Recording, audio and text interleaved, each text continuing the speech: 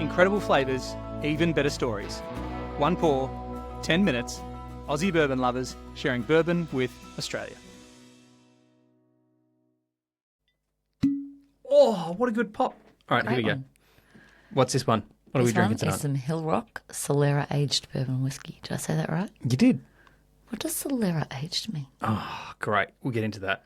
In a Guess what? second. The bottle, if you have a look at the picture if you're listening, but have a look at that if you're watching. It is one of the most delicious looking bottles. It's so square for those who like symmetry and style. Yeah. Symmetry and style. They're the things we're going for with our Solera whiskey. aged bourbon whiskey. Cheers. Ah. What does Solera aged mean? Was that your question? That was my question, yeah. I have no idea. So I'm going to get it slightly wrong, but That's something new. in principle it's going to be all right. Are you okay with that? Absolutely. Just All give right. me a vague idea of what, because normally it's like 20 years or 10 years, but what's Solera aged? And Hill Rock win the prize because I think they're the first bourbon to have ever done this. Yep. A Solera is an arrangement of barrels from new to old barrels. And what happens is you put whiskey in it. Yeah. And I say whiskey loosely because I've had Australian whiskey, for example, and I know there's plenty of other world whiskies that do this, in the younger barrels first for a period of time. And often they don't disclose this stuff because it's relatively complex for a bit. And then they put them into the next barrel and they take that and put it into the next barrel and they put it into the next barrel. And Are so there new barrels that they're putting them into? So sometimes, not always. It's usually a mix. Oh. In fact, so for this one, we know that it's new charred oak barrels is the first bit, Yep. but then they go into sherry casks. Ah. So, interestingly, And is there a set number when they say Solera aged? Does that mean like they've been through 10 different barrels or 3 different barrels? Or well, I don't know. I don't know if they disclose this, but what they definitely don't disclose is how old it is. They think, one of the articles I was just reading was saying that they think it's about 6 years old. But this one they say Solera aged bourbon whiskey, and they say it's aged in American oak and finished in sherry casks. So it's a bit complicated, but it's basically, if you think of Angel's Envy is a bourbon that's finished in a port cask, it's kind of like that, but it's a bit more but it could have complicated been through a than that. number of casks. So Solera aged means it's like goes through different barrels. Yeah, a whole bunch of them. It's all top secret. Yeah. So they should just call it top secret aged bourbon. Done in a crazy complex way. So, but what you're going to get on the nose, it's a bourbon finished in cherry casks if you keep it really simple. Yeah. But it's kind of done in a fancier way than that. You definitely get that fruity, Right. like plummy cherry kind of. Yep. I reckon you're right. I think, I think of the Olorosa Sherry Cask Finished Master's Keep that we have, which is that, has that sweetness, that kind of kind of grapey, sherry sweetness. My grandma used to drink a lot of sherry. I'm fruit picking with my dad. We Oh, used to really? we lived near an orchard and they used to come and let us collect the fruit after the pickers had been through. We used to collect all the fruit off the ground and it was like in amazing condition. I'm so pleased that your country bumpkin childhood brings so much to our podcast. You really do have a lot to offer in the way of One I'm talking about harvesting wheat, the next I'm talking about visiting the orchard. stories a long way from civilization. But when I nose a bourbon, it's often not flavours. It's like I get like a memory or a visual on where or what I'm doing. And this, I'm fruit picking with my dad. Have you had a little taste yet? Oh yeah, It the smell is so good. I don't want to drink it yet. Oh, well, just leave it in the glass. I'll drink it later. The story of this particular bottle is a fun one because on yet another one of these work trips where I'm in San Francisco, Did you buy it because the bottle looked good? nah, Oh, not even. I went into I have a respect for you, Dave. bottle shop, a liquor store, whatever you want to call it, that has good bourbons. I'd done quite a bit of research to find. San Francisco was my last stop. I think on that trip I hadn't gone to any distilleries, so I had my full duty-free allowance. Somewhere that knew what they were talking about. I said, hey, I'm from Australia. I fly out tomorrow. I've got a There's space for suitcase one bottle ready left." to go. Well, I didn't have any. I had space for a few bottles. And I said, what should I be getting? And that was the first time I got a Maker's 10. I got a few really good ones. And he said, I have a few of these bottles. I think you should take one of these bottles because you're going to have trouble getting another one of them because they're harder to get now, apparently. I don't know enough about this. Someone Can will you get know them more in about- Australia? No, you can't get in Australia. If you want one of these, Can you get them in America? maybe Probably. head to San Francisco and try to get to a good bottle shop. But you can get them a little bit, but they're quite hard to find.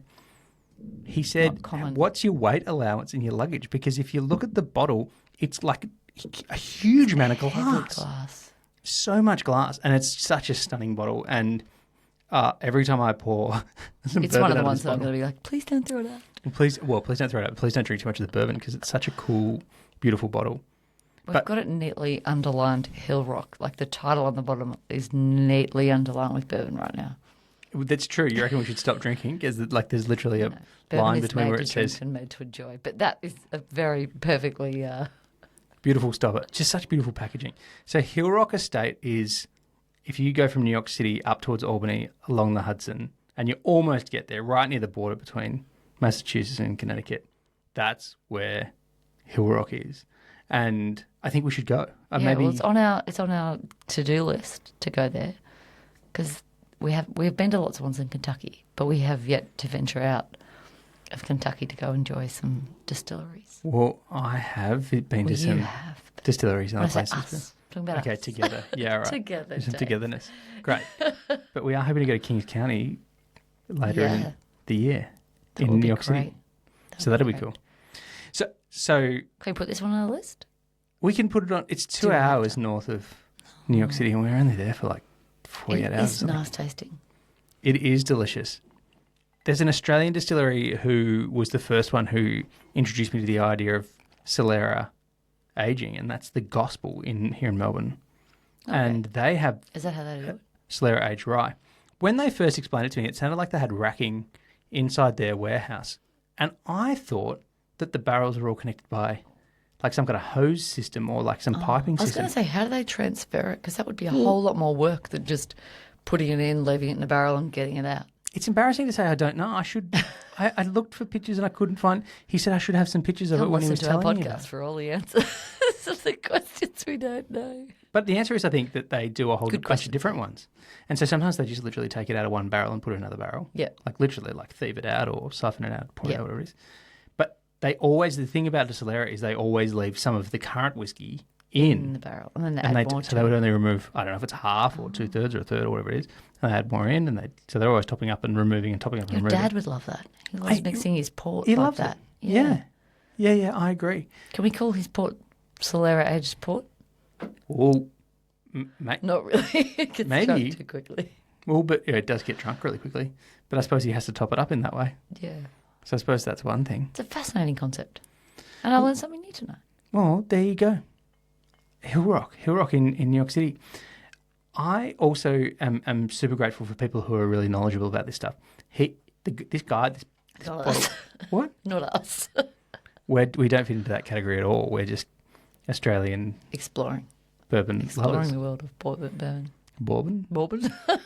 So I'm really grateful for this guy because he was so generous with his knowledge, and he was like, "These are the bottles that I love, and I think I'm gonna claim the last ones. But here, you should take them if you're going to Australia tonight. You should take them." That's back. like someone genuinely sharing the love of a great drink. And I think this is the thing that I love about the generosity of the bourbon culture. Well, I found that too when we were at Kentucky Bourbon Festival. Like the fact that they, in so many markets you see the people who do the same stuff as you as like rivals or competitors, and they champion each other so incredibly. And you'll go to one stand and they'll talk about how great the other guys are, and they by building each other up, they really share that great community of bourbon loving. And I think it makes it more special and better because of it. It's not that we're better than these guys because of this, and we're better than those people because of that. It's like, how great are those guys? We do this, they do that. There's this saying in business that a rising tide lifts all boats, and I feel like what happened in the bourbon industry is much more complex and better than that. It's not that a rising tide. It's like, let's help each other Yeah. do better and do good. And if someone needs help with something, we'll help with something. Yeah. And there's some really fascinating stories in the history of bourbon about big distilleries who help other big distilleries during times of crisis. There's a fire or operations have to stop for a reason. And the people around them go, hey, we can help it's that distill your juice for you. That genuine love of what they do, but also that genuine care for each other. Like it's the stories behind the bourbon that I love. And as even well as the flavour. even as recently as like the last few days, I heard a podcast about someone who was looking to help another distillery in a different part of the country of the US start up and get their program going. And he said, "Can I just come and hang out for a month and see how you do it and what you're doing?" And they said, "Yeah, come along and learn." And then he took that and shared that with someone else, and it was all very transparent. Yeah. But they want to help each other. They want to do more good stuff together. And in a time as busy as this for the bourbon industry, it's so impressive and so it's exciting as people who don't always see this stuff. Yeah.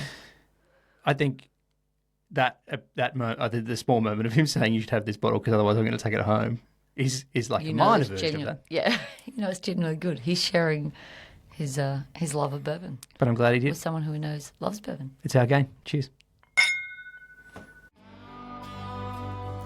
Thanks for listening. Make sure you're connected with us on TikTok, Instagram and YouTube, and stay connected with us by clicking subscribe on your favourite podcast app.